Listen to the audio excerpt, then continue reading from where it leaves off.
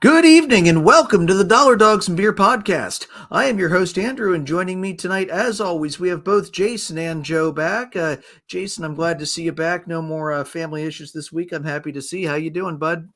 Yeah, doing pretty good this week. At least I myself am doing okay. I can't say the same for the Phillies, but we'll get to that. I happen to be kind of okay with how the Phillies are doing, but that's because I'm me. Joe, how you doing, bud? Well, I got to be better than the Cubs are doing. The Cubs didn't win a single game this week. So. Yeah, my guys at least have a win this week. Gee, thanks. At least it was a pretty good week for Atlanta. I mean, at least we're not all mired down in this quagmire of, oh, woe is us. Our teams suck. At least one of us gets to be bright and cheerful. And I'm going to touch on this more when we get to the Cubs, but, I'm bobbling my head just as much as everybody else is. So. And I'm also 27,000 steps in on the day because, working on a golf course, you walk a lot. And my legs hurt. Holy crap. So, the legs hurt, but the spirit's great. So let's get right into it. Jason, what are you drinking tonight? Yes, I'm going to kick it off in not the best fashion. I'm currently fighting some stomach issues, so I've got a nice little flattened Coke at the moment, but so no alcohol for me this week. But maybe back onto the beer next week. Nothing wrong with that, and that's one of the most old-fashioned remedies I think I've ever heard. When I worked at CVS eons and eons ago, I was at CVS Mannheim, and we had quite a higher percentage of older people that were out there, and that they lived and died by the cola syrup. So, hey, I get it. Joe, what are you drinking tonight? I'm back on my SoCo and Mountain Dew kick because desperate times call for desperate measures, my friend. I had a feeling you were going to say that. I just had a feeling. And guys, for me tonight, I'm going with one that both Jason and I like from down the shore, from our friends out at Cape May Brewing Company, Crushing It. Because we finally had some good freaking weather, and today after 2.5 days of straight rain. When I got to work this morning, guys, they said it had been about 3.5 inches over that entire storm. So we needed it, so we were happy. But that was a lot of rain. So I'm happy to see some sun. And I think it's all sunshine for the rest of the week too. So hopefully that also means less scheduling interruptions, because that caused an issue for a lot of teams across the league this week. Including both the Cubs and the Phillies. So let's roll into our starting things tonight. We've got some top prospects coming up this week, actually over this past weekend. The Diamondbacks called up Alec Thomas, an outfielder. His debut was yesterday. He was the 18th ranked prospect in MLB's top 100. He was the 63rd overall pick in the 2018 draft. In AAA this year, he's hitting .277 with 4 homers and 14 RBIs. That's over 24 games. In his 4 minor league seasons, he's overall hitting .309 with 34 homers and 155 RBIs. That's over about 300 games. That's not bad. He's got good ratings for his speed. He's a solid contact hitter, shows a little bit of power. What I was reading from the scouting report on MLB, probably a 15 to 20 homer a year player. Really, really good instincts in center field with the glove. His arm's a little bit below average, so he'll either be a center fielder or they'll move him to left. Eventually. He won't go to right field. His arm's not strong enough for that. And then the Mariners called out, and this is one I was actually really excited about, and Dave put a bug in our ear about this one many, many, many weeks ago, about George Kirby. He also made his debut yesterday. He's the 30th ranked prospect in MLB's top 100, 20th overall pick in the 2018 draft. Guys, he's tearing it up at AA Arkansas this year, 2-0 with a 182 ERA, 24 strikeouts in 24 2/3 innings. He's known for his excellent control. I think I read somewhere that the Mariners call this guy Robo-Arm because of how accurate he is. His fastball can touch 100, but sits consistently in that 96-98 range. Solid curve, solid slider. His sinking changeup is supposed to be really good as well. In 2021, between high A and double A ball, he had a 2.0 walk per 9 ratio. That's phenomenal. So Guys, who are you more excited to see? This phenomenal outfielder, or are you excited to see the pitcher who barely walks anybody? Which, let's face it, that's a rarity these days. Yeah, I mean, I think I'm interested to see what Kirby can do. I think he had a good. I think he started today. Did I?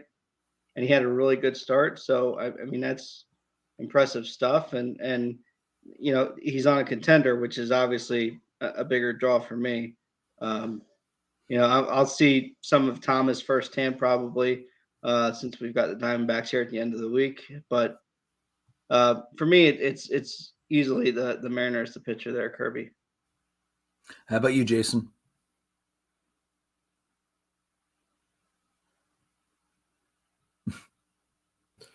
Sorry, I was trying to pull up his stats because I believe his debut was yesterday, and the Mariners ended up winning the game 2-1. So I was on another screen trying to pull up his stats. So, but I know he pitched really well. So for me, it's definitely George Kirby.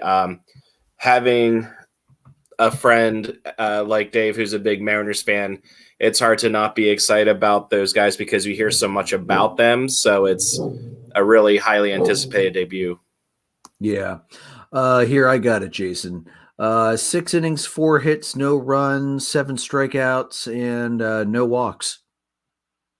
Can't argue with that. It's a hell of a start. That's a great start. That's for sure. Yeah. It looks like Jason disappeared on us. So as soon as Jason returns, we'll get him back in here. Joe, we've seen some pretty. Oh, wait, there's Jason. Hey, welcome back, Jason. Did you miss us? No. Well, you know what? Just for that, Jason, we're going to put you on the spot. Last week, Joe found this really cool Bleacher Features bracket. And I don't know if you had a chance to listen to last week. We had a lot of fun making our picks here. So, Jason, first region is the Hollywood endings. You got Field of Dreams versus Angels in the outfield. Who are you taking there? Yeah, I was going back and forth with this one because Field of Dreams is such a big classic. But I'm going with a different Kevin Costner film later on. So I'm going with one that was very big for my childhood, even though it might be an unpopular opinion now, but Angels in the Outfield. No, absolutely. With Danny Glover, and just that story itself was just so good and fun. Christopher Lloyd was fantastic. So I'm going with Angels in the Outfield on this one. Yeah, that was definitely a tough pick. The next one, Hollywood endings, was The Natural versus For the Love of the Game. Who are you picking here? I said I was going with a different Kevin Costner film, and it's going to be this one, For Love of the Game. Billy Chapel, the Billy Chapel story, storyline with that. Like it's not based off of a true story, but I mean, in any time you have a movie where the Yankees have a perfect game thrown against them, it's hard for me to not pick that one either.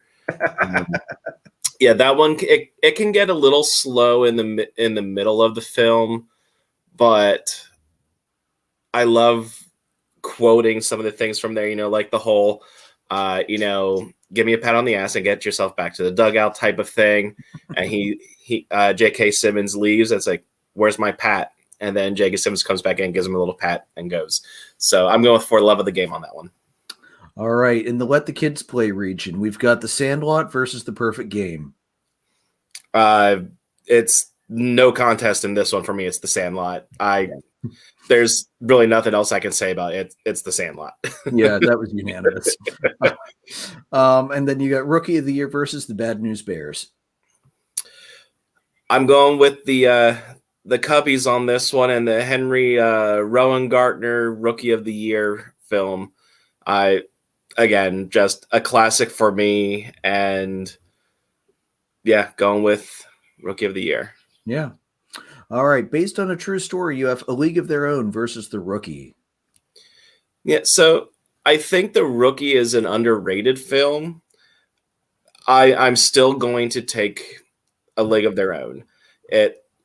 Again, Hollywood classic. You have Tom Hanks, Gina Davis, true story about the women's professional baseball during the war. And that one to me is probably one of the best baseball films of all time. So I'm going with A League of Their Own. Yeah, one of the most iconic films of all time, frankly. And then the other matchup in this bracket was 42 versus 8 Men Out. Yeah, so I've not actually seen 8 Men Out. And I actually, within the last couple weeks, I watched 42. And yeah, I know I'm behind on some of these movies, but I'm clearly going to go with 42 on this one. The Jackie Robinson story. Chadwick Boseman was amazing in that. It really put a whole lot into context as far as what he went through, what the players in the Negro Leagues went through.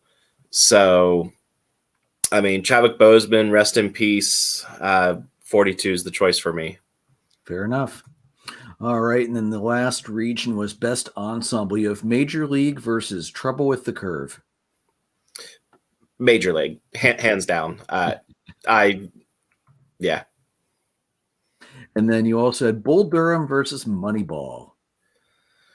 This is one I went back and forth on. I think I'm going to go with Moneyball. Okay. I love the story of Billy being there and the introduction of analytics to a point. And also, I don't know how much of this you guys know, but it has a young Chris Pratt in it. Mm-hmm. So that was mind-blowing. I didn't realize it was Chris Pratt until after the fact, and Chris Pratt became more well-known. I rewatched Moneyball. I'm like, wait a minute. That's Chris Pratt. So yeah, I did that too, actually. So yeah, Moneyball with that one, just the introduction of the analytics to the game and overall storyline of that A's team was really cool. So Moneyball. Absolutely. All right. Going on to the next round. Hollywood endings. Who's coming out? Angels in the Outfield or For the Love of the Game? For Love of the Game. Okay. I love Angels in the Outfield, but For Love of the Game is probably one of, if not my favorite baseball film. Fair enough. All right. Coming out of the Let the Kids Play, and I think I probably know the answer to this one. Sandlot. Rookie of the Year. Yeah, that's what I figured. I mean, Sandlot's Rookie of the Year would be close. That one is that's a really fun story.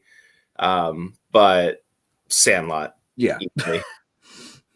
All right. Coming out of Based on a True Story, League of Their Own versus 42.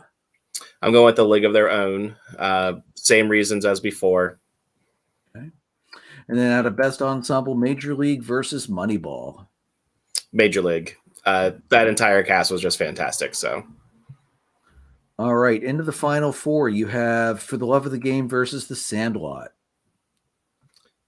Still going to go with For Love of the Game as it's my all-time favorite. So I'm probably just going to end up going with For Love of the Game the rest of the way here. Okay. I don't think it'll end up winning. I think you're probably going to end up seeing Bull Durham or A League of Their Own as the winner. So I will go with For Love of the Game, and I guess that would be versus Sandlot. Yep. Yeah. And then on the other side, League of Their Own versus Major League. You said League of Their Own? I'll go with the League of Their Own. Okay. And then I think I will take For Love of the Game as the champ. But I would not be surprised to see A League of Their Own come out on top of the entire bracket. Yeah, I don't know when the voting for that ends, but I definitely want to make sure I check in on that. Jason, Joe, and I actually both picked The Natural to win that. But I think it's interesting that we all picked one out of the Hollywood endings bracket to go the whole way. So, yeah, that was honestly that as we were going through that last week, we were both wishing you would have been there to debate that live. That was a lot of fun. And honestly, you know, so many of these bracket things get made that are pretty hokey. That one was pretty fun, though. And let's face it, baseball has such a rich repertoire of movies that can be called upon.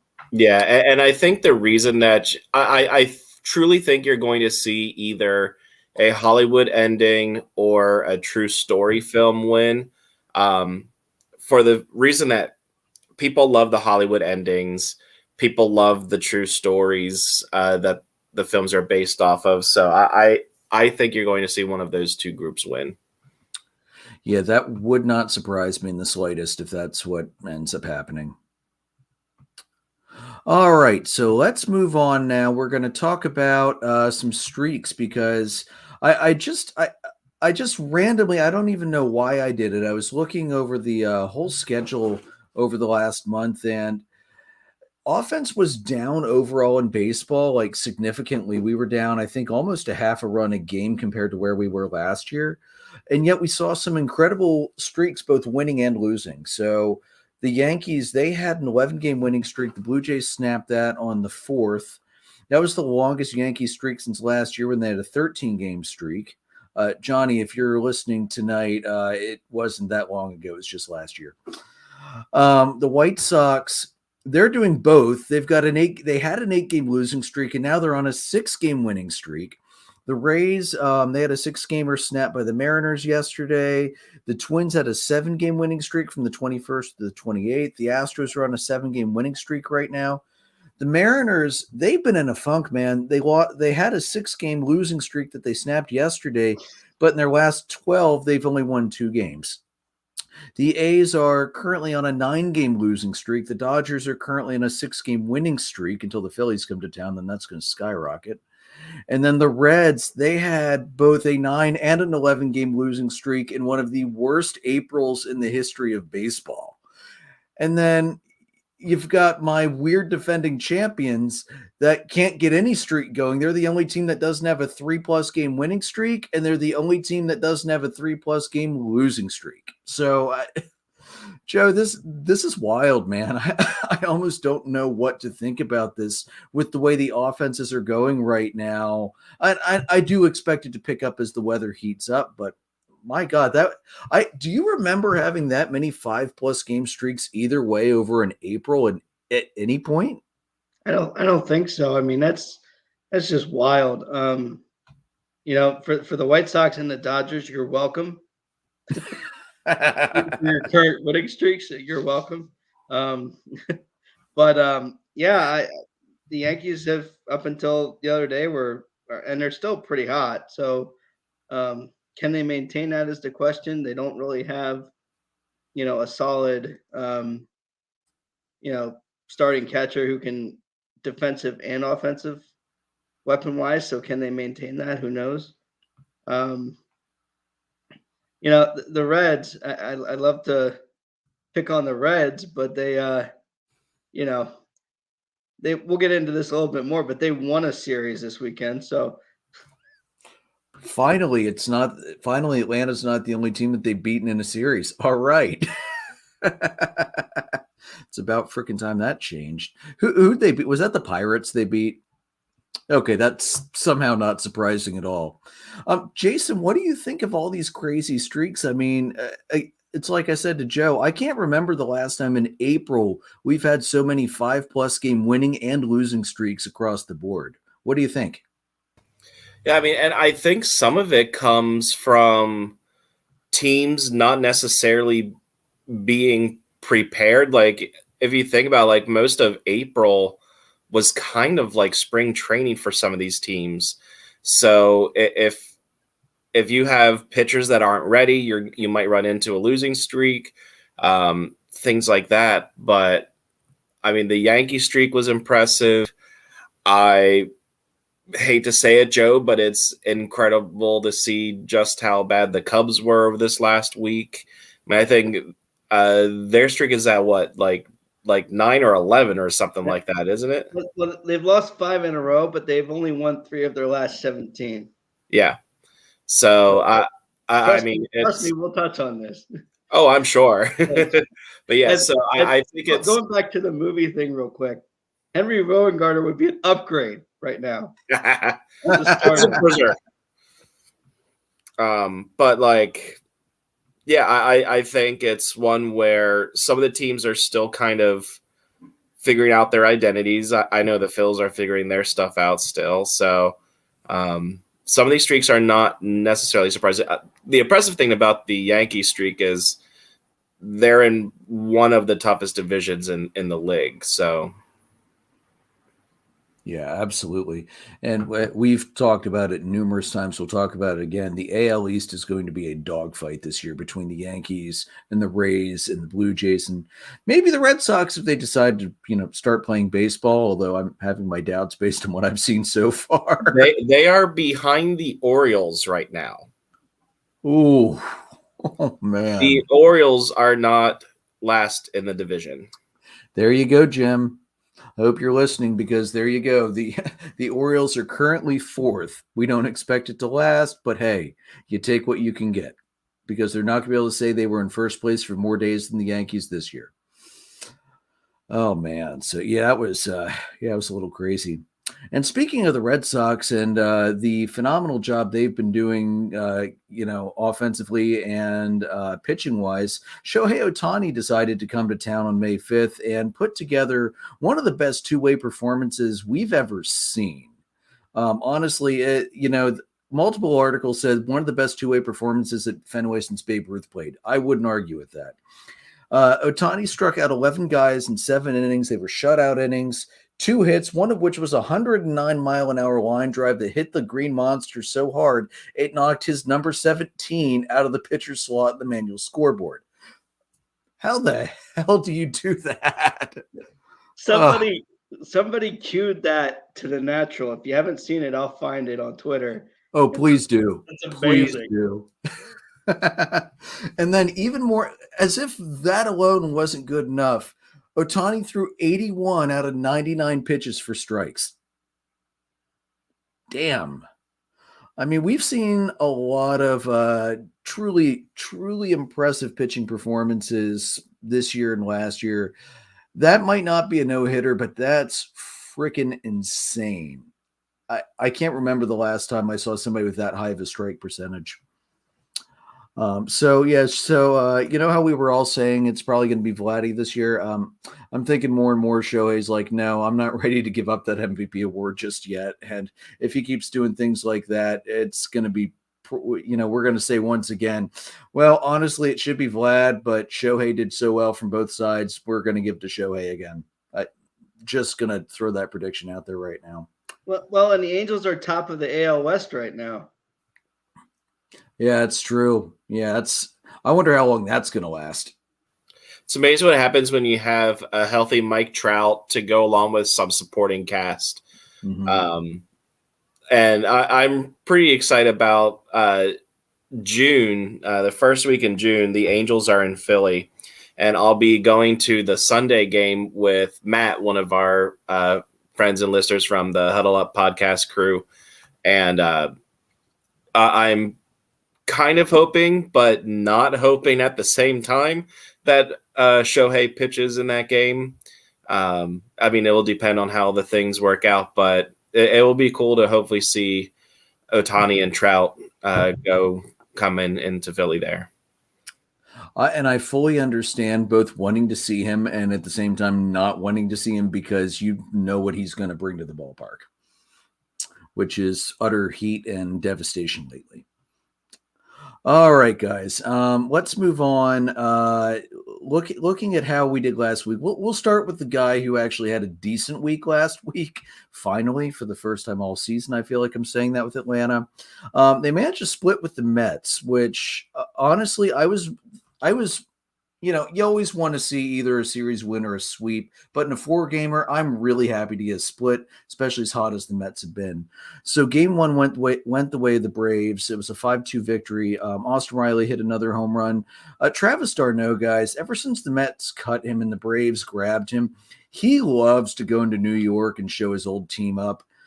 He had 3 hits in the game, 3 RBIs. Mark Canha had a homer for the Mets late. So MLB, in its usual fast-paced exuberance, suspended Buck Showalter 20 minutes before first pitch. And it was in response to Yohan Lopez when he intentionally threw at Kyle Schwarber the previous night. Why it took MLB this long to determine that was an intentional pitch, I'm not really sure, because I think pretty much everybody in the entire fandom of MLB said there is no way in hell that wasn't deliberate. And I'm sure Jason will get into this later. So d'Arnaud, he's now 9 for 16. That's a 563 average, 5 extra base hits, 8 RBIs in 4 games at Citi Field since leaving the Mets. Max Fried was phenomenal. 6 innings, 2 runs, 4 hits, 6 strikeouts. He didn't walk anybody. Bassett pitched really well too. 7 innings, 3 runs, 6 hit, 8 strikeouts, and a walk. Jansen picked up the save. Max Fried, guys, a little rocky early, and then he settled in and retired 11 of the 12 final guys he faced. So good way to end his outing. Game 2 was 2 and 3 was a doubleheader. The Braves lost both ends of it, of course. Game 2 was a 5-4 loss. This was one of the strangest games I think I've ever watched. Charlie Morton got pounded early. It took him 56 pitches to get through the first 2 innings, and then he settled down, and until the last inning, I think was single digits the rest of the way. He managed to get through 5 2/3 and 99 pitches. Alonso, he had a pair of RBI singles. Mets pitching was the common thread of the doubleheader. Mets pitching was really good. Game 1, they held Atlanta to 5 hits. Matt Olson did get a hold of a 3-run homer in the 5th. And that was 1 pitch after David Peterson. He should have turned a double play on Ozzie Albies ground ball and just totally whiffed on it. So Olsen made him pay for that. Either way, it was a good outing for Peterson. 5 innings, 4 hits, 4 runs, only 3 earned, of course, because of the error. 3 walks and 6 strikeouts, and Diaz picked up the save. In Game 3, Kyle Wright, he finally gave up a home run. This was the first home run he's given up all season. It was, of course, to Pete Alonso, because who else? Still a pretty good night for Wright. 7 innings, 9 hits, so more hits than he's been given up. 3 earned runs, a walk, and 3 strikeouts. The Mets were getting a lot of soft contact that fell for hits that night. And it's just a frustrating night for the starter when that happens. Carlos Carrasco, though, holy crap, he was phenomenal for the Mets. 8 innings, 6 hits, 2 walks, 5 strikeouts. Olsen had a pair of doubles. Acuna had 1, and then the Braves did what they've been doing a lot of the year so far and went 0 for 11 with runners in scoring position. And then Game 4, the bats finally came alive. The Braves took that 9-2. They had a 7-run 6th inning, which helped put the Mets away. Duvall had a 2-run double in that inning. Swanson and Acuna had RBI singles in the 6th. When they came into the game, they were hitting .212 with runners in scoring position and went 4 for 9 in this game. So that's what the Braves need. Even getting up to like .250, .270 with runners in scoring position would make a huge difference in these early games. McGill, 5 1/3, 4 hits, 3 runs, 9 strikeouts. Ian Anderson, 5 1/3, 5 hits, an earned run, 4 walks, and a strikeout. So the Mets did something really interesting. Ottavino pitched every single day in this series. He did really well the first 2 days. The third day, Atlanta was like, yeah, we've seen enough out of you, and crushed him. He didn't record an out, gave up 2 hits, 3 earned runs, and a walk. I don't know what Showalter was thinking there. That's not quite as bad as some of the harebrained things that the Mets did last season, but that I didn't understand why they ran Ottavino 3 days in a row. A really crazy play. Acuna got himself caught into a rundown to allow Heredia a chance to score. And then Alonso made a poor throw out to second. Acuna was able to scooch around the second baseman and get in there. So I think we can pretty much put to rest, is the knee okay? I think the knee is just fine. He also has 2 or 3 stolen bases since he came off the IL as well. Anderson loves pitching at Citi Field, 3-2 in his career and 5 starts, the .276 ERA. So that split ended the Mets streak of series wins to start the season at 7. That is a team record for them, so great start either way. And that's too shy of the 2018 Diamondbacks record for most consecutive series to open a season by an NL team. That's in at least the last 45 years. I didn't see anybody who searched back farther than that, because that's enough to search back, frankly. And also, and Jason, I'm going to kind of bounce this with you too. I shared the picture in the group chat. Heredia made a phenomenal leap and catch at the wall. He stole a home run from Jeff McNeil. My question is this. We have a camera that could see the glove over the edge of the wall, catching the ball. Phenomenal. Whichever cameraman was on that and caught the shot, first of all, phenomenal work. Second of all, and I put this up on the Facebook page as well. We have this camera shot. Why are we debating a home run versus a fan interference when we have that shot, number one? And number two, if that's not available in every ballpark, why the hell not? Go ahead, Jason. Yeah, and I mean, we've seen this over the last couple seasons too. I mean, last season it was the or even like the season before, I forget which one now because they all just run into the same memory, where Rhys Hoskins had that ball that looks like it bounces off of a seat and back in, but it was ultimately ruled that it was off the top of the fence. So, and that was a huge game-changing call. So I don't understand it either. We had it for the World Series, things like that, because we want to make sure that they have the angles. There's no reason to not have this be a regular camera angle. It would have even helped last week with, again, with a Phillies game where Castellanos has a shot to right field that looks like it's going over the wall, but then it hits off of a fan's hand, and they ruled it a home run. And on review, they made it a fan interference double. So if you have the ability to have a camera going down the wall, have it there. It's common sense.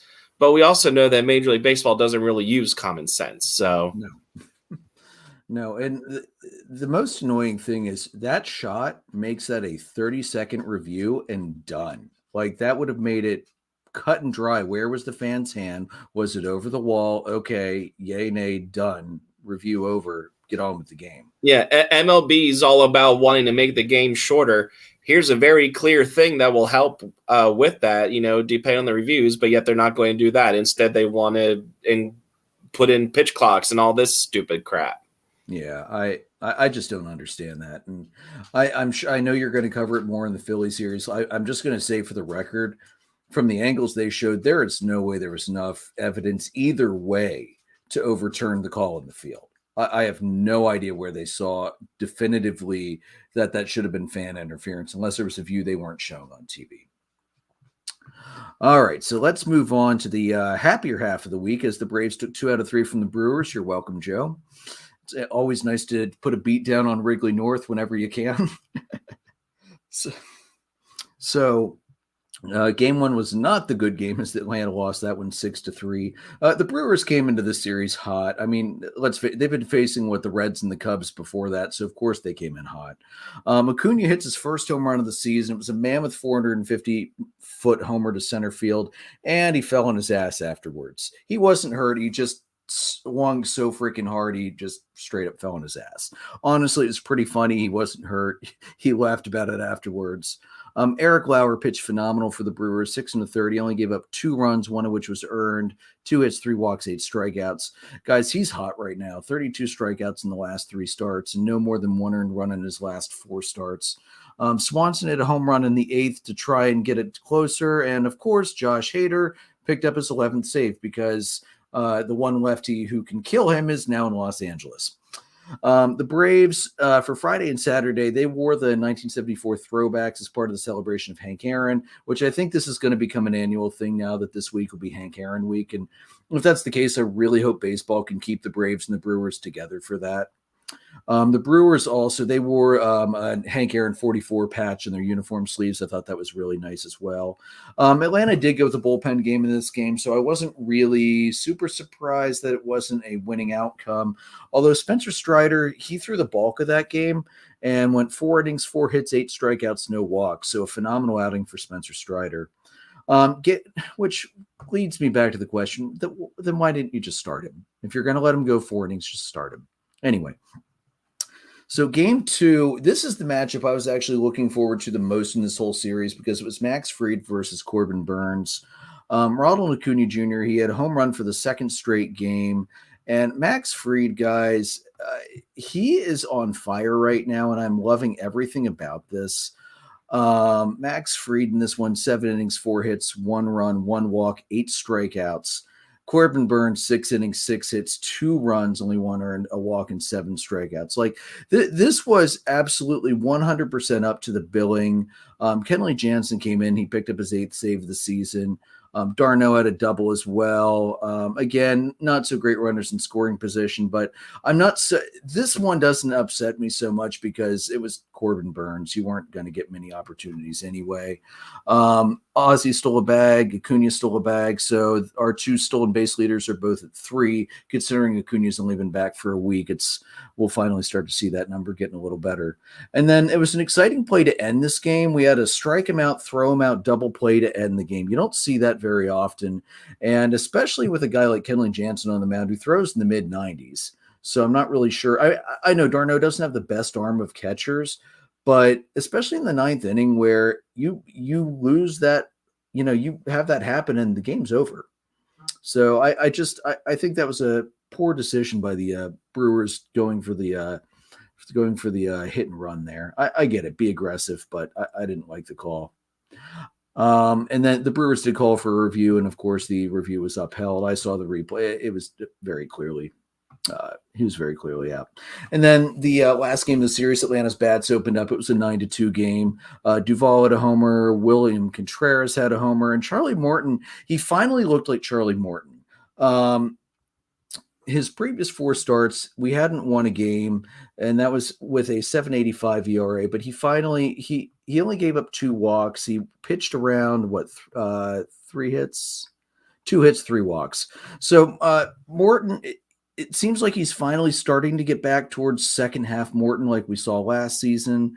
So I'm really excited to see if he can keep that going.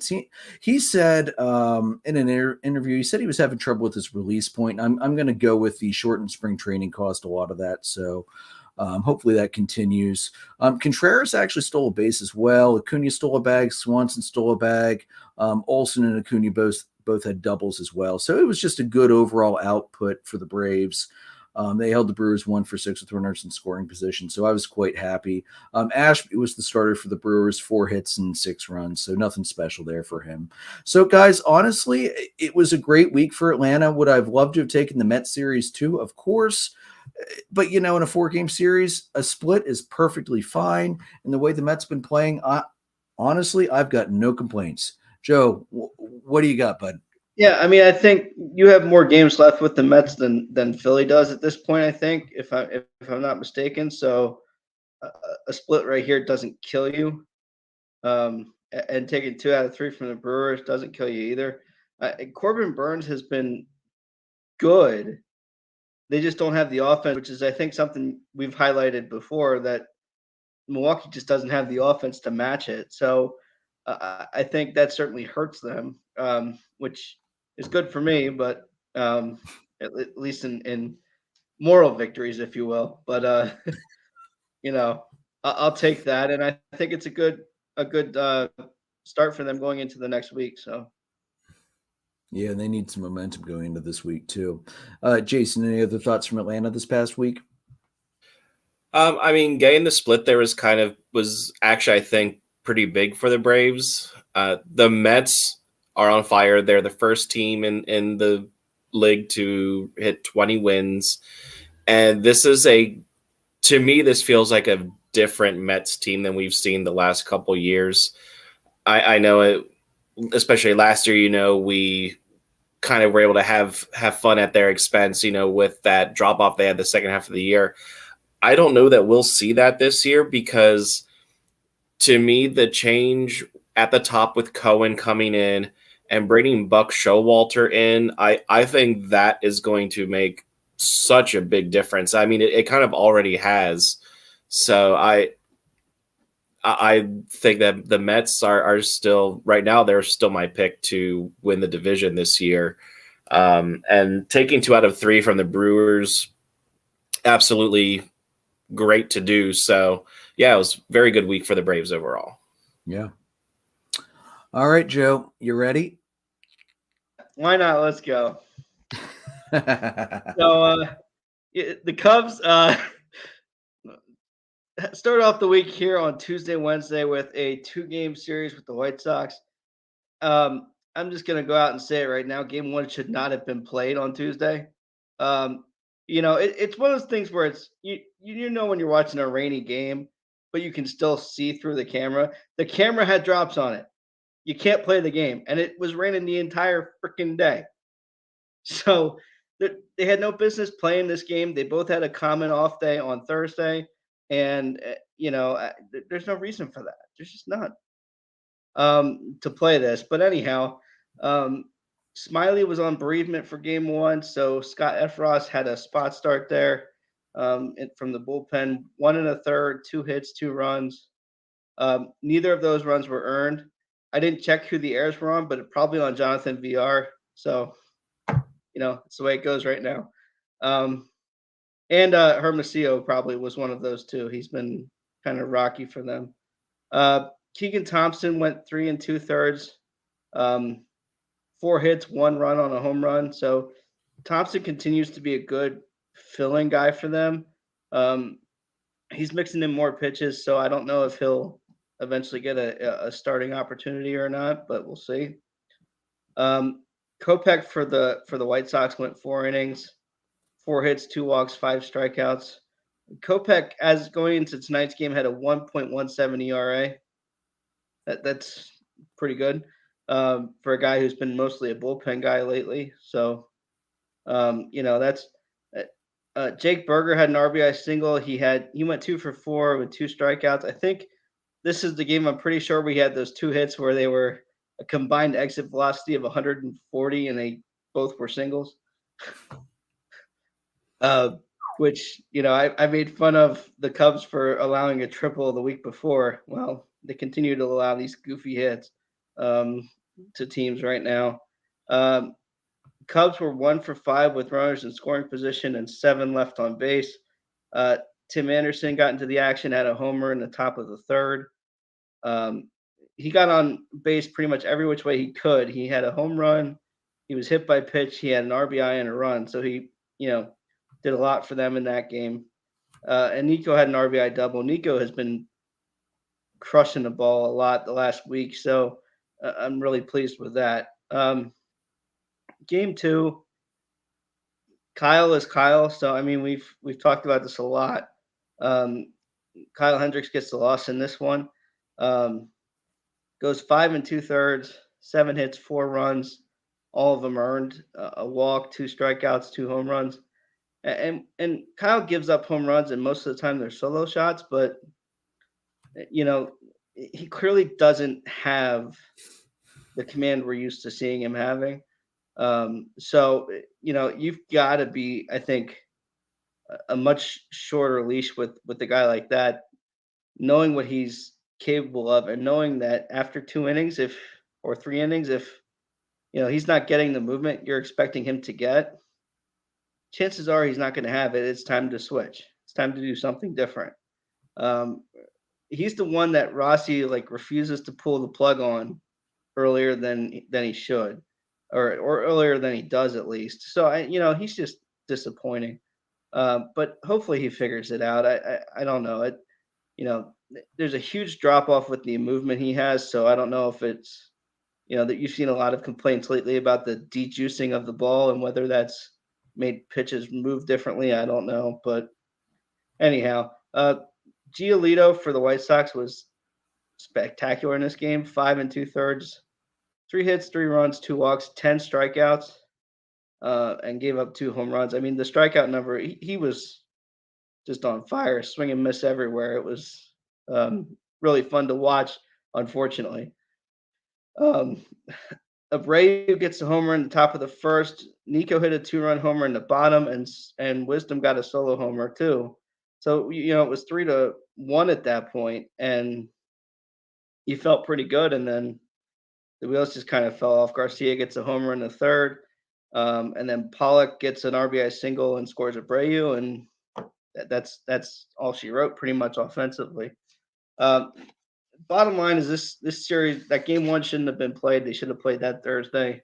But the Cubs have just been terrible, to put it mildly. It's just tough to watch. And thanks to Scott Efros, I can say Efros, and you won't know if I'm talking about David Ross or the pitcher. So I like that. Going into the weekend, so the Cubs go into the weekend, they play the Dodgers, and well, yeah, it's just everything I had hoped it would be and more. Dodgers scored 20 runs in this series, 7, 6, and 7, just for run totals in this game. The Cubs scored a total of 3 runs, 2 Saturday night and 1 last night. The Pirates, I think, have more hits right now in the bottom of the 8th against the Dodgers. They have 14. They're up 3-0 than I think the Cubs had in their entire series. So, you know, it's quite a topsy-turvy thing. Game 1 was moved from Friday, as I said, as day-night doubleheader. 5 hits in this game for the Cubs. All were singles. Smiley comes back, 4 1/3, 6 hits, 3 runs, 2 earned, 4 strikeouts. He didn't look terrible, but it just wasn't. You could tell he had been off for a few days. And Gesellman, who they picked up from the Mets, who I was actually pretty high on at the beginning of the year, just has been grossly ineffective. And Saturday afternoon, it was 3 2/3, 5 hits, 4 runs. Just not going to get it done. For a guy who's going to be a journeyman reliever for the rest of his career, probably.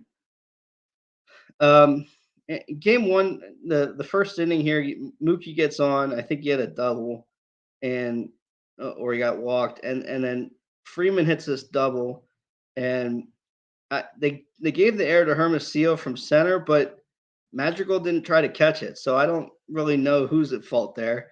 At second, it comes in, and Freddie inadvertently kicks it into left field, and Mookie scores, and Freddie goes to third. So, no, I mean, it was clearly just, the ball goes there, and he just happened to be sliding, and that's the way it goes. But everything that could go wrong in this game went wrong.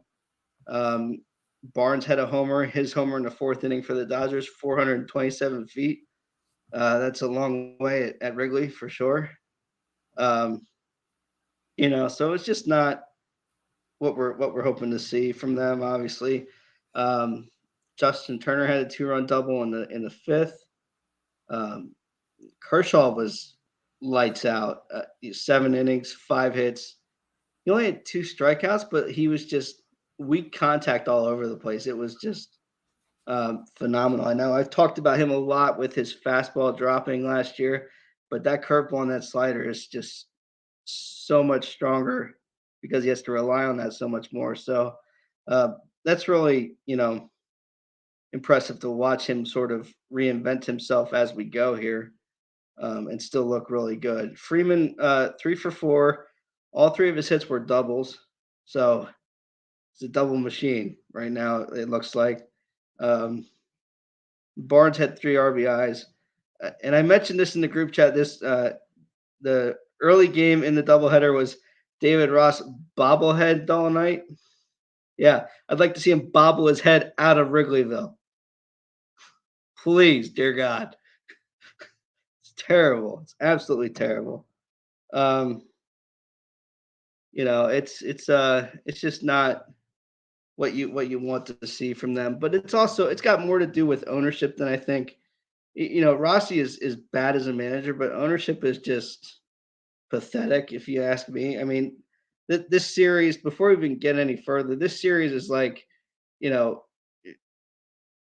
what 2 teams who have a crap ton of money, one actually spends it and one tells you they're going to spend it, basically. Ricketts went into the offseason saying they were going to spend money, they were going to be competitive, and yeah, they're just not. They are who we thought they were, to quote Denny Green, and it's just disappointing.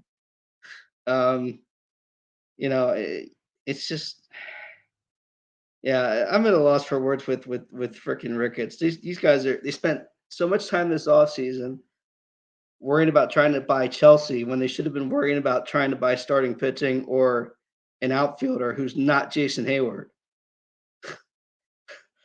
He just drives me crazy. We talked about this, and we'll go into the next 2 games here, but the Cubs are 9-18 on the year right now. They're on pace for 54 wins. So, and they're one of 4 teams right now who don't have double-digit wins. The Tigers, the Royals, the Reds and the Cubs. It's just embarrassing. It really is. So game 2, Dodgers win this one 6-2. Dan Norris gets put in for a spot start for the Cubs because their rotation's a mess right now. 1 1/3, 3 runs, 3 walks. Keegan Thompson, 2 2/3, a hit, a run, 3 walks. David Robertson has been a bright spot for them in the closer late inning role. Had an inning in this one, 2 hits, 2 runs. That was his worst outing probably of the year. Cubs are 0 for 10 with runners in scoring position. Clearly, obviously not going to get done. Contreras 3 for 4, a homer and a triple, an RBI and 2 runs. So Contreras has been was a part of every run they scored in the weekend series with the Dodgers. And I can thank his brother for that because William gave him a bat, and that bat was effective this weekend. So I have an insider source that says the bat was heavily saged before it was passed off. Okay. Anderson for the Dodgers looked good in this one. 5 innings, 4 hits, 2 runs, 7 strikeouts. Mookie was 2 for 5. He had 5 RBIs in this game. We talked about replay a bit. Gomes had this foul ball in the 4th that was upheld on replay, called foul initially, and on replay you're watching it at home, and I'm like, it clearly hit the line. How is this not overturned? So if we can't get better cameras on the wall, we need to get better cameras on the foul line too while we're at it. Why don't we just use what tennis uses for their tennis replay to see if a ball hit the line literally takes 10 seconds, and it shows you live where the ball actually hit and whether it's in or out. Like, that would be easy. It's not like MLB, the lines move anywhere. The lines are static, just like in tennis. This would be such an easy fix. Yeah. Yeah, and the highlight of this nightcap and the doubleheader was the infamous cup snake went from the basket to the video board in left field. So the fans were doing plenty of drinking, and I don't blame them. Game 3, Cubs have 4 hits total in this game, 7-1 loss last night. Walker Buehler, 7 innings, 6 Ks, 4 hits. Justin Turner, sac fly. Bellinger was 3 for 4 with an RBI in the 4th. Steele X hits with the blister. Steele looked really good last night. Wasn't getting a lot of calls from the home plate umpire in that 3rd inning and 4th inning. I think the 4th inning he threw 30 pitches, and before that he was cruising. So, there's a lot of we've talked about the umpires a ton, but these guys were just ridiculous. There's pitches where you're just like, this is clearly a strike. It's in the zone. I know it's in the zone. What the heck is your problem? Let's go. and a young pitcher like that's going to really mess with him. So I think, that certainly impacts him. VR on the weekend was 1 for 9. He's got a negative 0.3 WAR. And most of that's defensively, to be honest with you. I think he's hitting 250, but his defense is just awful. He makes Alec Bohm look like a Gold Glover at this point. And the Cubs pitching staff, this is an interesting stat I heard today. They have a 0.1 WAR as a staff. So obviously a lot of this topsy-turvy starting and stuff like that has just not been good. I mean, their bullpen is great, but they just can't seem to be effective. I think Schwindel was either before this game or after this game put down to Iowa. He's back with the Cubs, 12 hours later, and he's in the starting lineup tonight. But the Ricketts family, these guys, they started their own network, and then they've made the team unwatchable. They signed a contract with DirecTV, and it doesn't include the live games. You tell guys that we're going to be competitive immediately, and we're clearly not. I think that, you know, I told you last year I thought that Rizzo was the trade that really surprised me. I don't think they were prepared to have a guy at first base who could hit consistently and field consistently.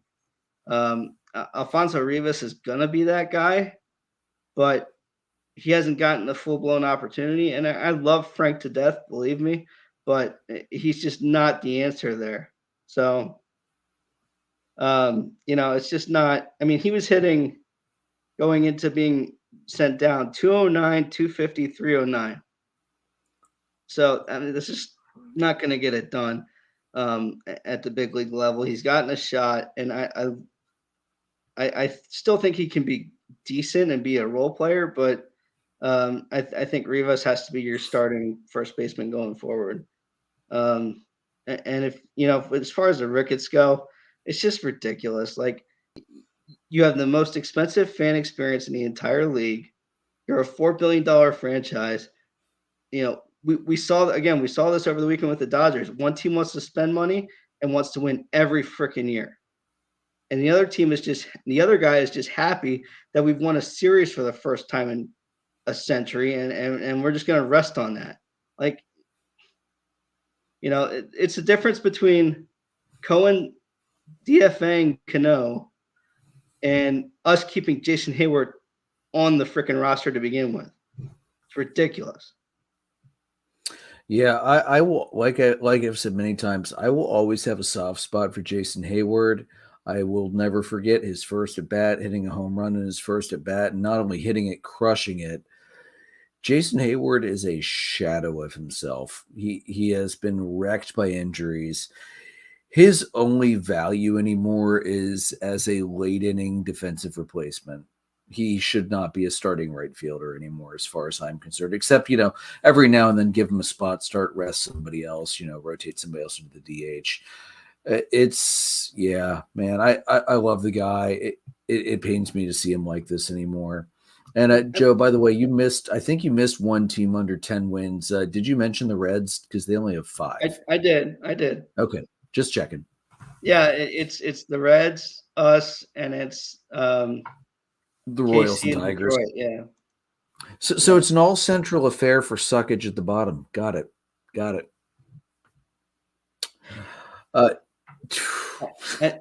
know, one other thing from a pitching standpoint, going back to Ross a bit, there have been 18 games where the Cubs have had a starter only go 4 1/3 or less. 18? Yeah. Jesus. They've only played, 26, 27? Yeah. Oh, my God, that's horrible. You know, Joe, I checked the schedule, too. The White Sox on the travel day were just going to Boston. It's not like they were on a super long trip. Yeah, so MLB definitely, whether it was MLB or the umpires just trying to push it through, that was very, very, very poor decision on their part, not just canceling the game and either doing a doubleheader or using the off day. Yeah, and I mean, they're in the same city, for Christ's sake. It's not like you couldn't find a common off day down the road, too, even if Thursday didn't work. Exactly. Jason, any more thoughts from you on the Cubs? No, I think Joe pretty much covered it all. Rough time for the Cubbies.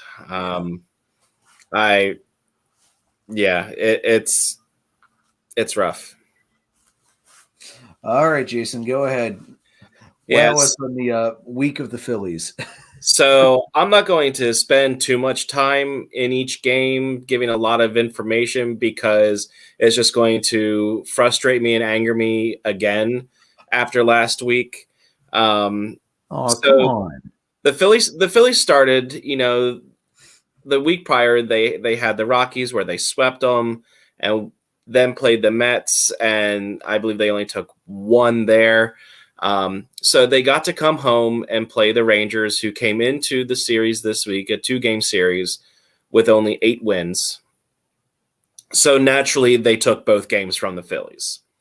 Game 1 was a 6-4 win. It was one where the Rangers kind of had control of for the most part. But game 2 was the one that really frustrated me on Wednesday. It was a 2-1 final for the Rangers, and it was a game that went to extra innings tied at 0-0. And so naturally you have the extra runner on base and all that fun stuff. And former Philly Brad Miller got the big hit to get the runs in for the Rangers. So Bamboo Brad coming back. And then the thing that kind of drove me nuts with this one is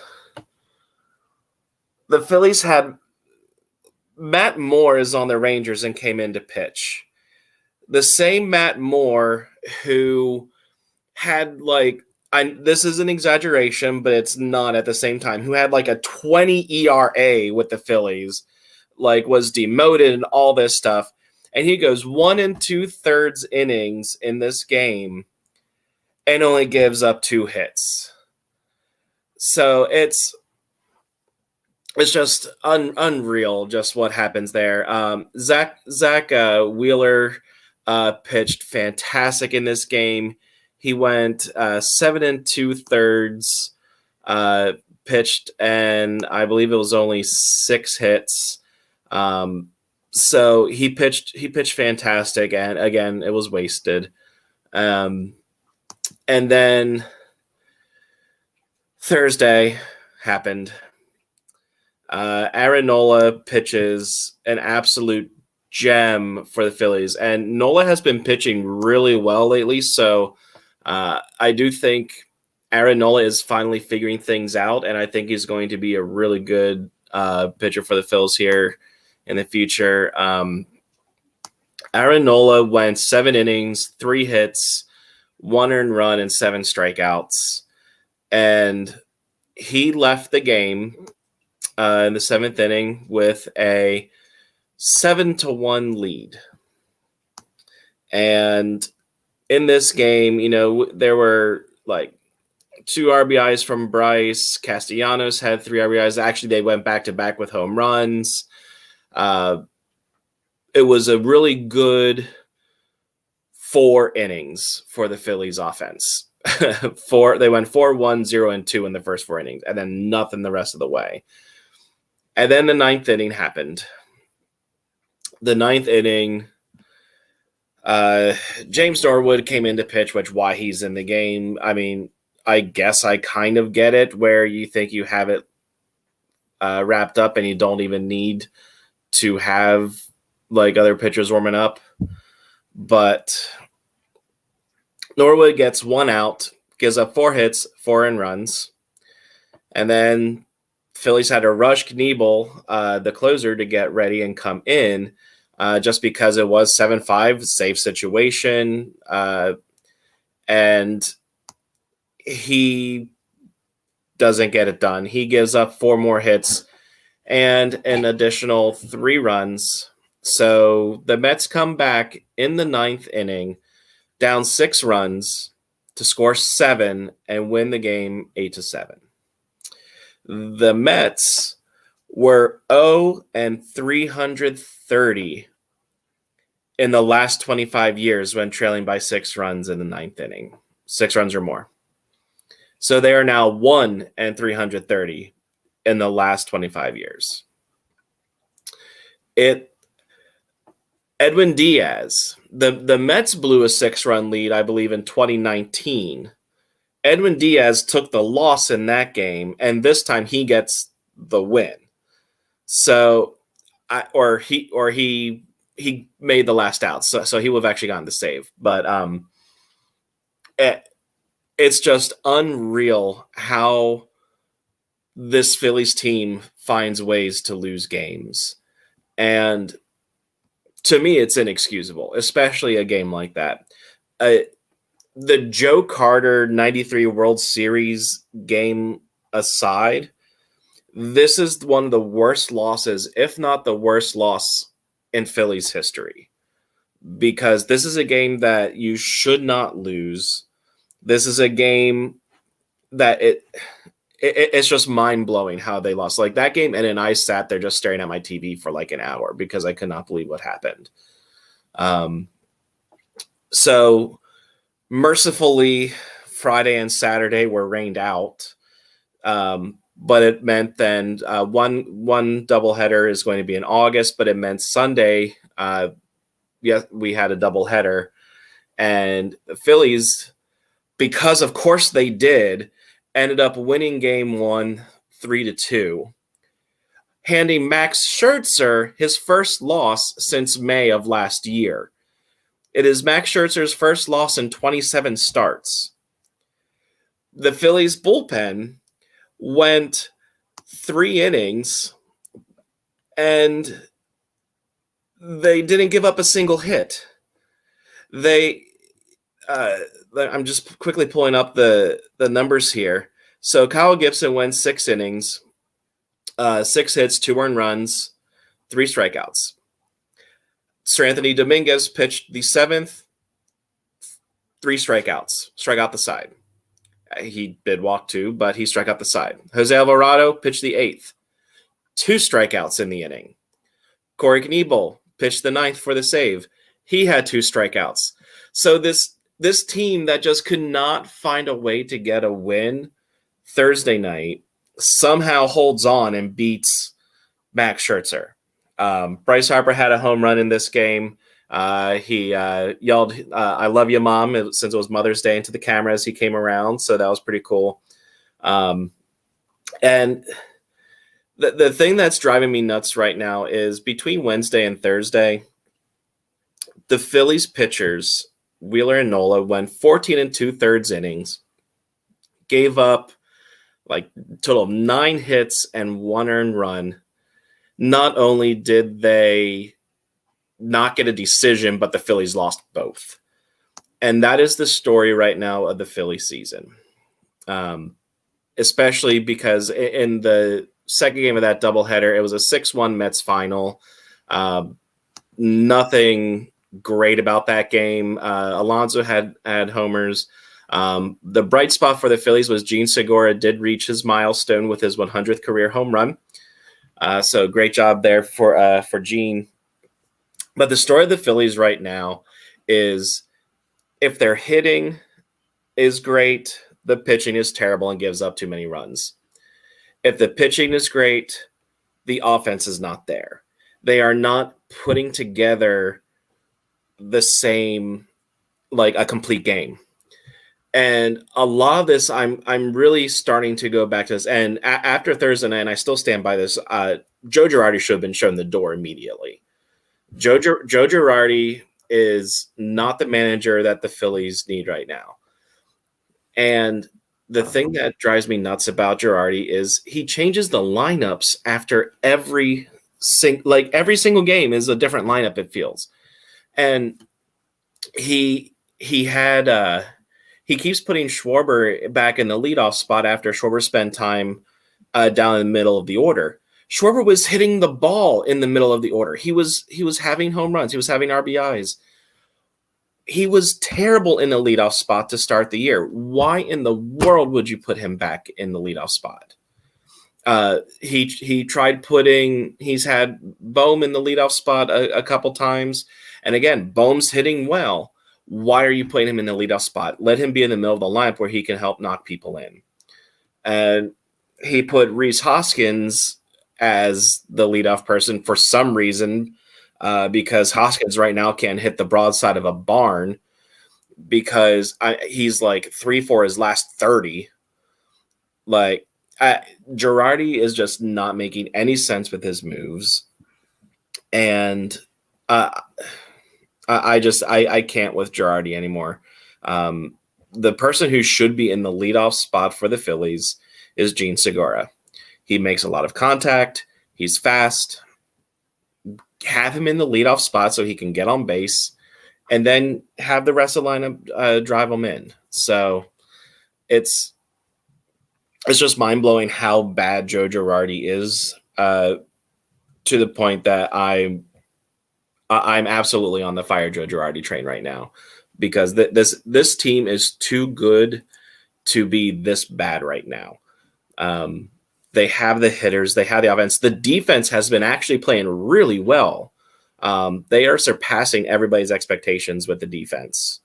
Bryson Stott came up before Sunday because Didi Gregorius had a collision with Schwarber the day before and is on the 10-day injured list with a knee strain. So Stott came up, and Stott had an RBI yesterday in the win. But the team just can't play a complete game right now, and I think a lot of it is on Girardi not making the right moves. Like, I get it. It's hard to pick it. It's hard to pick the right guy for leadoff anymore because the game has changed. You don't just put the speedy guy who gets contact, gets on, steals 3 bases like you used to. You know, the days of Billy Hamilton, Otis Nixon, Reggie, the days of that style of baseball largely are gone. And yet you still have teams that you have a hybrid guy that does it. Atlanta's got Acuna doing it because, he still has he has the speed to be a traditional leadoff guy. And he also has a ton of pop. I feel like Girardi just doesn't know what the hell to do with that leadoff spot. Schwarber should not be anywhere near the leadoff spot. He doesn't do well when there is nobody on base and the pitcher can pitch around him and nibble at the corners and then bust him with something up and in. He's always been susceptible to that up and in fastball if he can't get around on it first. Like we've known that since he was with the Cubs. So exactly, Joe. So I don't understand moving him back into leadoff. And that's the thing, Jason, you don't really have a guy who can be leadoff. You don't really have a good high contact. Maybe Segura, because he's a contact guy. Isn't that literally what I just said? It is. Yeah, my mind's getting back on. Sorry, I just noticed the Bears made overtime. Go Hershey. Gene Segura should be the leadoff hitter. He is a contact hitter. He goes the other way. He takes what's given to him, and he is the definition of what a leadoff hitter should be right now. I think that the trouble also for the Phillies is when you see them get their wins and you see them scoring a lot of the runs, a lot of times it's they're making contact. They're not striking out as much. They're not trying too hard for the long ball. The games where you see them losing is just a lot of bad swings, not being selective with the pitches, trying to do too much with the ball. So they need to focus on making contact. If you have a runner on third with less than 2 outs, you're not going to get them in by trying to just swing for the fence and striking out. You need to make contact. So they're just not. They're not clicking right now. And the worst part of it is May is still a tough month for them schedule-wise. They have a lot of their hardest series in the first 2 months of the season. It's a little reversed from the last couple of years where they had a really good schedule first and then a tough schedule at the end. So that's where you saw them get a lot of wins and then fade in September. They're kind of doing the opposite right now because the second half of their year contains like the Pirates, the Cubs, the Nationals more and things like that. So naturally they'll probably lose those games, but anyway, complain.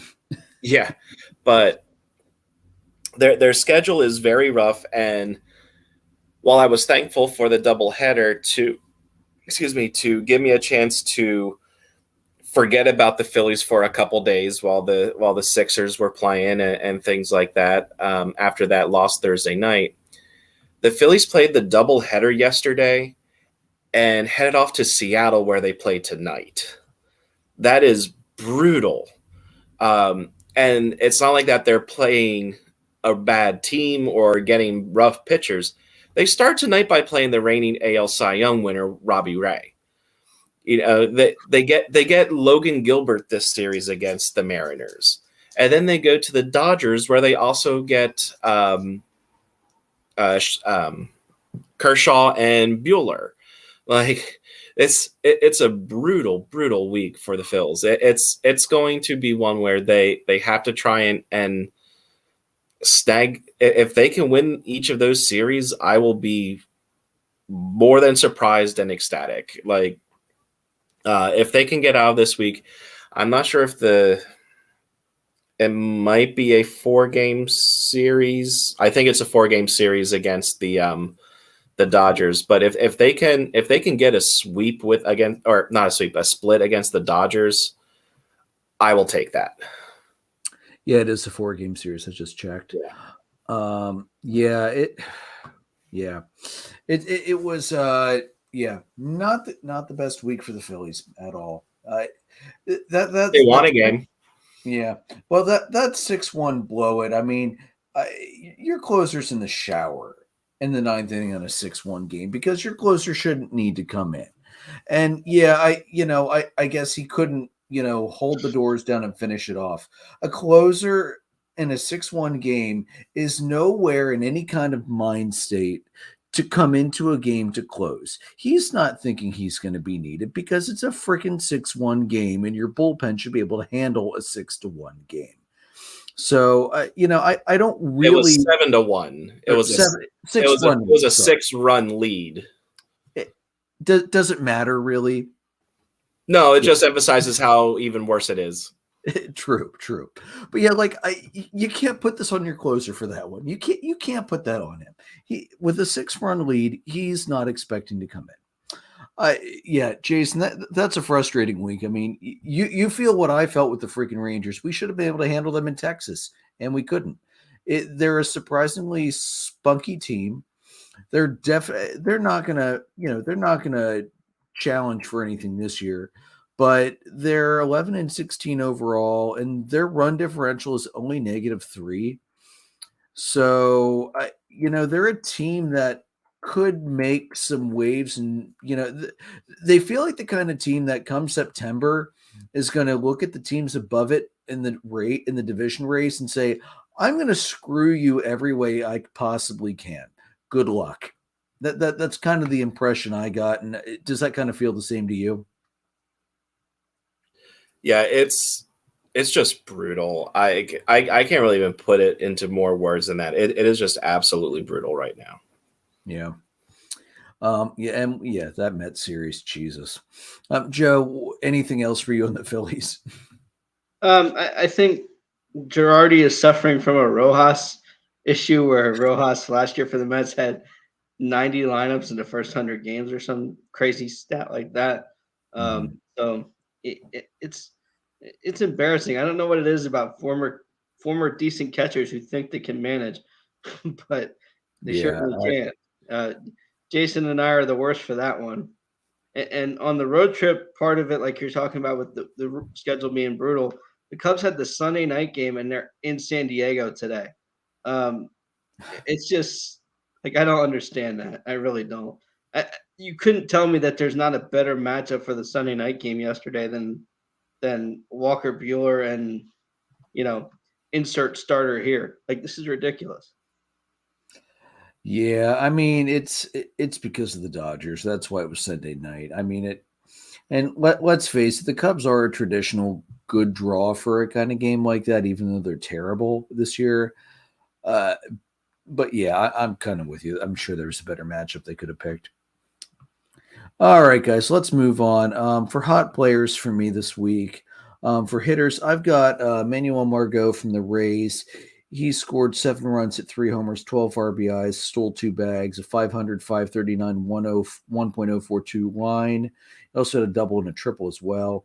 Manny Machado, he had 6 runs, scored 3 homers, 5 RBIs, 2 stolen bases, a 429, 539, 857 line.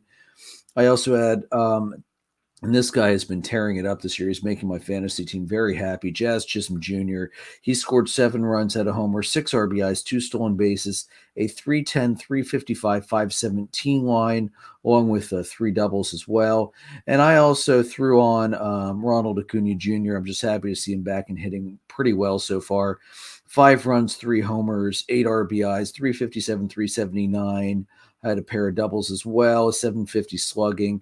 I mean, the overall numbers aren't great, but he's starting to heat up over the last week. So I expect Acuna to be back to pretty much normal Acuna over the next week or two. The dude's a beast. Jason, any other hot hitters for you that you wanted to mention? No. I would normally give you some crap about putting Acuna on the hot list, but this week he's definitely earned it. Usually, I would think like, oh, Acuna's back, that means he's on the hot list. So, but hey, no, I didn't put him on last week. I did hold off last week. I was good.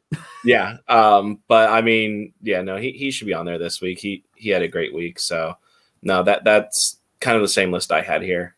All right, Joe, anybody else for you hitter-wise that I missed? It's surprising. I don't normally have different hitters than you, but this week I had different hitters. Right. Rowdy Tellez from Milwaukee, 321, 786, 9 hits, 4 doubles, 3 home runs, 12 RBIs. Altuve, I know you don't like him, but he had a good week. OPS of 1512. The rest of that line was 474, 565, 947. 7 runs, 9 hits, 3 home runs, 3 RBIs. Not the best week, but still, I mean that's productive. Productive is the way I would describe that week for him. I'll take it because I have him on my fantasy team, and I'm happy that he's off the IL because, he's a good guy to slot in for my utility role. So I'll take that. Yeah. The other guy I had was, I forget what his first name is, but Ward from the Angels. I had him on this list, I think, a few weeks ago for the exact same reason. 278, 480. 444, 4 runs, 5 hits, not that big a deal. 7 walks. Wow. And I think in the first, what have we done? 3 shows now? I think I've had an Angel with the leading walk number all 3 times. I think it was Ward the first week, it was Trout last week, and it's Ward again. So whatever the Angels are doing, keep doing it. Yeah, because that didn't happen much at the Cubs when Joe Madden was manager. So it must be the hitting coach out there. Different hitting philosophy, I guess. All right. So looking at pitchers for me, I've got Dylan Cease. He only had 1 win this week, but in 12 innings, he struck out 19 guys. He had a .75 ERA, 0.67 whip, only 1 earned run allowed, 5 hits, 3 walks. I also had Max Fried on there in 2 starts. He picked up 2 wins, 13 in the 3rd innings, 14 strikeouts, 2.08 ERA, 0.69 whip. That's a nice number, man. 3 earned runs, 8 hits, only 1 walk, 2 home runs. Guys, Max Fried's only walked 2 guys all year. I didn't actually believe that was true, and then I had to look it up because I was like, there's no way in hell. Yeah, he's only walked 2 guys this year. I also had, surprisingly, I had to throw Diamondbacks guy on here. I didn't think I'd be doing that this year for pitching, at least. Zach Gallen, 13 and 30, had 12 strikeouts. He picked up 2 wins at 1.35 ERA, 0.75 whip, only allowed 10 hits, 2 earned runs over the week. And then I also had Jacob Dorsey on here, 13 innings, 8 strikeouts, 2 wins total. He had a quality start in there. He didn't give up a run. 0.69 ERA is 0.69 whip as well. Only gave up 5 hits, 3 walks in the week. So that was a pretty fantastic week for him as well. Jason, how about you? Starting pitching. Anybody else? I would add Zach Wheeler on this list. Over his last 2 starts, he's gone 13 2/3 innings pitched, 7 hits, no runs.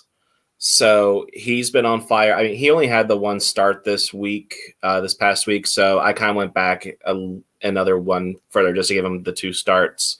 To give you an idea, like his ERA, he struggled to start the season with the whole, trying to get back from injury and everything. Like he had a 9.39 ERA on April 17th. After his start this week against the Rangers, he has dropped it all the way down to a 4.1 ERA over the course of 4 starts. So I think he's finally figured it back out. He's finally healthy. He's through his spring training type of stuff. So I have Zach Wheeler on that list. Yeah, the reason I didn't have Wheeler, Jason, is because I'm just looking at the last 7 days. So but absolutely, the last 2 starts have been much, much better than the previous ones. Wheeler's also on my fantasy team, so I'm quite happy to see the turnaround. Joe, before we hit the adulting reliever of the week, do you have any other starters to toss on there? One other starter, a shocker because I dog him all the time, but Garrett Cole, 6 1/3, 5 hits, 1 run on a home run, a walk, and 10 strikeouts. He didn't get the win, but the game must have started on time or something because he had a good start there. Yeah, absolutely. All right, Joe, who are your adulting relievers of the week? I've got 2 this week. I'm going to start with Daniel Bard from Colorado, 3 for 3 in save opportunities, 3 innings, 1 hit, no runs, a walk, 3 strikeouts, a .67 WHIP. Part of the reason that they're where they are right now in the NL West, and largely staying competitive, I think longer than a lot of us thought they would. And then the top adulting reliever of the week is Liam Hendricks for the White Sox. As much as I hate to say it, he's fun to watch. So when they're not playing the Cubs, he's so much fun to watch on the mound.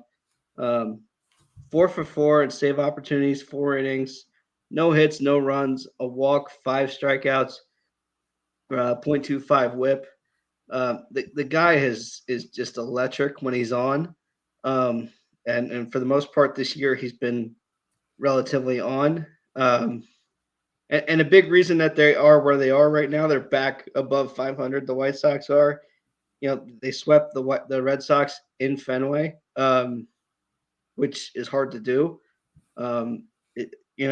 So I think, and they're up 4-1 on the Indians now tonight. Guardians, right? Sorry, Guardians in the 5th after 5. So they're really doing a nice job of rebounding. For all you teams who are in a slump, just play the Cubs; it'll all recover.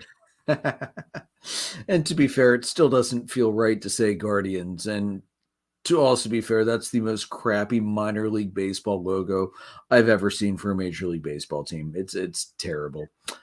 All right, my hot teams, guys. I've got the Yankees, which I feel like I'm going to be saying that for a while. I've got the Rays. I'm probably going to be saying that for a while, too. I also have the Twins, the White Sox, the Guardians. I've got the Astros on there, as much as that pains me to say. I have the Angels. I'm actually not going to put the Mets on this week. They've kind of stumbled a little bit, although the Phillies helped them recover from that stumble. I am going to keep the Brewers on there, and I'm going to keep the Dodgers and the Padres on there. I'm actually taking San Francisco off the hot list this week. To be honest, I'm kind of surprised I need to say that because it seems like they have been on since last year, but not such a good week lately, and they're 3-7 over their last 10, so I can't justify that. Jason, what about you? Anybody else? Well, I mean, considering you have half the league as hot and half the league as not. Dude, it goes back to those damn streaks. It's like half the league's in the streak and half the league's not. It's insane. And of course, out of all those hot teams, you removed the Mets, who are the first team to 20 wins. I know. I would have had the Mets on that list. I went back and forth, but I don't have a problem with the Mets on there. I saw how many damn teams I had on there. I'm like, I got to pair this off somewhere. So you're going to keep the Braves on there, but I did not have Atlanta on there. Nope, I did not say the Braves. Okay, but no, I would probably have the Mets on there. Just they're still hot. Like they split the series with the Braves, but that comeback Thursday and the fact that they're the first team to 20 wins, they're still hot. Let's face it. If you hadn't had so many damn games rained out, they probably would have beaten you guys enough. I would have had them on as a definite. So, it's just what they've been doing, as frustrating as is for the teams behind them in the division right now. Joe, anybody else for you? Adam, remove them. I don't know. Again, I'm with Jason here. I don't know how you remove the Mets. Um, I the know. Mets are again. But Both New York teams have 20 wins after this afternoon. Like, you've got to be kidding me. The Mets aren't yeah, on your I list. almost put the freaking Orioles on the list because they're 6-4 over the last 10 on a 2-game winning streak. But I was like, no, if I put the freaking Orioles on the list, I'm going to be laughed off the air tonight. So I'm not doing that. Although, I mean, they did pass the Red Sox, as we pointed out earlier. Yeah, I mean, the other thing too for me is I don't know how you keep the Diamondbacks off this list. They're 7-3 in their last 10. And yes, there's some reverse psychology there, hoping that they crap the bed this week against the Cubs. But you can't keep them off of this list. I don't think. I think the Dodgers are just a force to be reckoned with. Obviously, I think it's something to be said for the fact that the Pirates are third in this division. Now they're not stellar in the last 10 games, but I don't think any of us thought they'd be third in the division. At this point of the year. And I think the fact that, the AL Central is such a knockdown drag out, we didn't expect this to happen. I'm very impressed with the White Sox ability to turn it around and sort of get back on the roll. If they can stay on the roll, look out. Yeah, I mean, the White Sox, like I said earlier, it's crazy. I've never seen a team in 1 month rip off an 8-game losing streak and then follow it up with a 6-game winning streak. That's insane. And Joe, I just looked at the last week. Yeah, I should have had the Diamondbacks on there. Yeah. I think it's just, I don't know. It's if the White Sox get control of that division, look out. It's the Twins have been really impressive since we did our preview show. I mean, they made a couple of moves we didn't anticipate, and it's paying off for them. So, can they maintain a lead over Correa's injury? I don't know. I think he's only out for a couple of games, but he's still out. So, can they maintain that? It's definitely going to be interesting with the Twins. I still feel like I'm having trouble getting a handle on what the hell that team's supposed to be. It's working right now, and like I mentioned last week or 2 weeks ago, with the White Sox in a brief tailspin, they've done a phenomenal job taking advantage of that and jumping to the top. Will they hold on to it? I don't think they have enough. I don't think they've got enough talent to hold on to it. Wild card, though, I could see a wild card. All right, let's look at the week coming up. Atlanta finally has a light number of games this week after I feel like they've been playing almost continuously since the start of the year. They have one of the patented Cubs 5-game weeks, which I swear to God, Joe, how the hell the Cubs get so many 5-game weeks? Is it because of the old restrictions on the amount of light allowed to be put on Wrigley Field? I have no idea. No, I mean, when you've got as much AAA talent as they have, you got to do something. Well, that's true. All right, so Atlanta this week, 2 versus the Red Sox, Wright versus Whitlock, Anderson versus Eovaldi, and then 3 versus the Padres, Fried versus Darvish, Morton versus Manea, Wright versus Musgrove. You got 2 pitching matchups I'm really excited about in the Padres series, Fried and Darvish and Wright and Musgrove. Those are going to be phenomenal games. I'm really excited to see those. The Cubbies on the road all week, 3 at the Padres, Hendricks versus Gore, TBA versus Clevenger, TBA versus Martinez, because, who knows? Good luck with that, Joe. And then 3 at the Diamondbacks, Smiley versus Davis, Norris versus Galen, and Steele versus Castellanos. The Phillies, 3 at the Mariners, Suarez versus Flex, and Nola versus Ray, TBA versus Gilbert. 4 at the Dodgers, TBA versus Gilbert, Gibson versus Anderson, Suarez versus Buehler, Nola versus Urias. Jason, I'll say this. At least you've got good pitching against the Dodgers, especially if Wheeler can get off the COVID IL and make that start versus Kershaw. That's far enough out that it's a distinct possibility. But, man, Jason, this is either going to be you're going to do all right against the Mariners and get eaten up by the Dodgers, or you're just going to get eaten the hell up this week because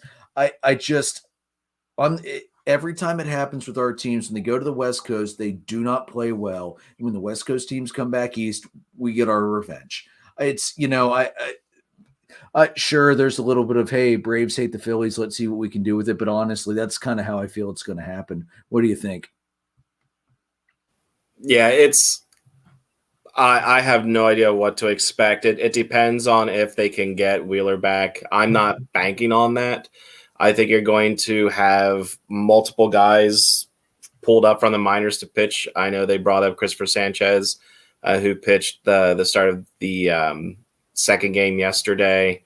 So it has a potential to be a very rough week for the Phillies. Yeah, because let's face it, if the Dodgers do anything really well, it's taking substandard pitching and beating it into the ground repeatedly. There is no, like, if you're not at least a B grade starter, there is no break in that Dodgers lineup. So I mean, and they get to face Freddie for the first time since he's left Atlanta. So yeah, and he knows that pitching staff. And he has killed the Phillies the last few seasons. So he's killed the Phillies since he came up, man. He's I mean, really all of the NL East teams he's killed, but he knows that pitching staff better than most. Joe, the Padres, it's hard to say because you got two TBA starters and Hendricks. Who the hell knows what you're going to get out of him? The Diamondbacks, I don't want to jinx you. I really don't mean to say this, but I feel like you guys should be able to take 2 or 3 from the Diamondbacks. I'm not wild about Smiley. I wasn't wild about him last year, but he's a serviceable starter. And Steele, I feel like Steele might actually be able to do something against the Diamondbacks if Rossi doesn't pull a Rossi and pull him out after 4 solid fucking innings. What do you think? Do I really want to touch this one? Yes, you do. Yes, you do. I mean, look, they're up 1-0 now. Contreras has another RBI single. Suzuki got on ahead of him, so they're up early. The Padres series is going to be. I'm not looking for them to win anything here. I mean, they might win tonight because Kyle's on the mound if we get vintage Kyle. But otherwise, yeah, I expect to lose this series, and I expect to probably lose 2 out of 3, if not get swept by the Diamondbacks this weekend. Oof. I'm that low on them offensively. They, since the Game 2 of our series last week, or 2 weeks ago, I forget when that was now. Last week. Yeah. They scored 6 runs in that game. They hadn't scored more than 3 runs since then in any game.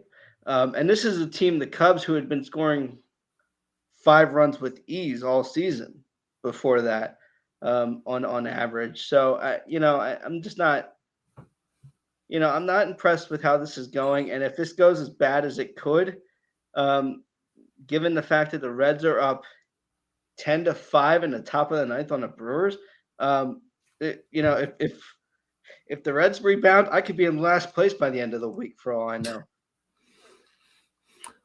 That would be a hell of a rebound for the Reds. I mean, you guys are still 4 games clear of them, 5 games clear, something like that. Yeah, 4 going into tonight, but I think I'm just that far down on them that I'm just not really sure what to get, what to expect. I mean, Stroman was a late scratch yesterday for a undisclosed reason, probably COVID, I think. Schwindel, I mean, he didn't get any outs in Iowa, but maybe he'll rebound. Who knows? What's funny about that is they sent Schwindel down based on the numbers I shared earlier, but the exact same move they made yesterday for Sampson, they made the same exact move today because of guys being out. So I just don't really. I mean, obviously, how I feel about Rossi. I don't have a ton of confidence in the guy. I don't have a ton of confidence in ownership who spent half the offseason trying to freaking buy Chelsea. So as far as I'm concerned, they could easily get swept this entire week. I would love to see them take, one in this series and one particularly the Davies start because, I hate Zach Davies, which again, everybody's familiar with that opinion. But, I'd like to see them take at least, I will settle for 1 or 2 wins this week as a Cub fan. And I shouldn't have to say that, but I'll settle for 1 or 2. Fair enough. And I just checked a couple different sites. Nobody has a reason for Stroman, so probably COVID. Jason, any other series you're looking forward to this week? Yeah, I was pulling up, and the series that I'm actually looking at this week both involve the Rays. There's the Angels are in Tampa this week, starting tonight, and then you also have the Blue Jays and the Rays later on this week. So 2 really big series for Tampa. All right, fair enough. Joe, any other series for you? I'm looking to see if the White Sox can continue to be on the run they've been on now that they're going to play a team that's actually, capable and competent. Has a pulse. Can they maintain that against the Indians? I think that remains to be seen. Can they maintain that against competition? Mariners Mets at the end of the weekend should be good. I think Yankees White Sox is a weekend series. I think it's a 4-game series. So Yankees White Sox is going to be a big one for them. Those are the ones the games I watch the most besides the Cubs are probably the White Sox. My dad is a huge White Sox fan. There's no love, there's no bitterness when they play each other because it's not that, you can like both teams if you're from Chicago or from that area, just contrary to popular belief. I think I'm interested to see if the White Sox can maintain it against the Guardians and then against the Yankees over the weekend. So, All right, guys, you can find the audio recordings on Anchor, Spotify, Breaker, Google Podcast, Apple Podcast, Pocket Cast, Radio Public, Amazon Music, and Spreaker. You can see us live on our YouTube channel, on Facebook Live, and on Twitter. You can find our merchandise at www.redbubble.com/people/DDAB-podcast. Follow us on our Facebook page, facebook.com/dollardogsandbeer. On the Twitter page at DDAB_podcast. You can find all of us on Twitter. I'm at PyroLord314. Jason's at JRicker300. Joe is at JoltonJoe35. We are presented by Dark Arrow Podcast LLC, and we are sponsored by the awesome Whiskey and Blade Barbershop in Lidditz. It's just there earlier today. Johnny, as always, did an excellent job, and we got to listen to the Yankees game as well. Their starter had a no-hitter going through, I think, 7 1/3. So that was Nestor. Yeah, Nestor. Yep. We'll talk about him next week, I'm sure, because we'll probably throw another phenomenal game later this week. May your dogs always cost $1. May your beer always be cold. Have a good night, everybody.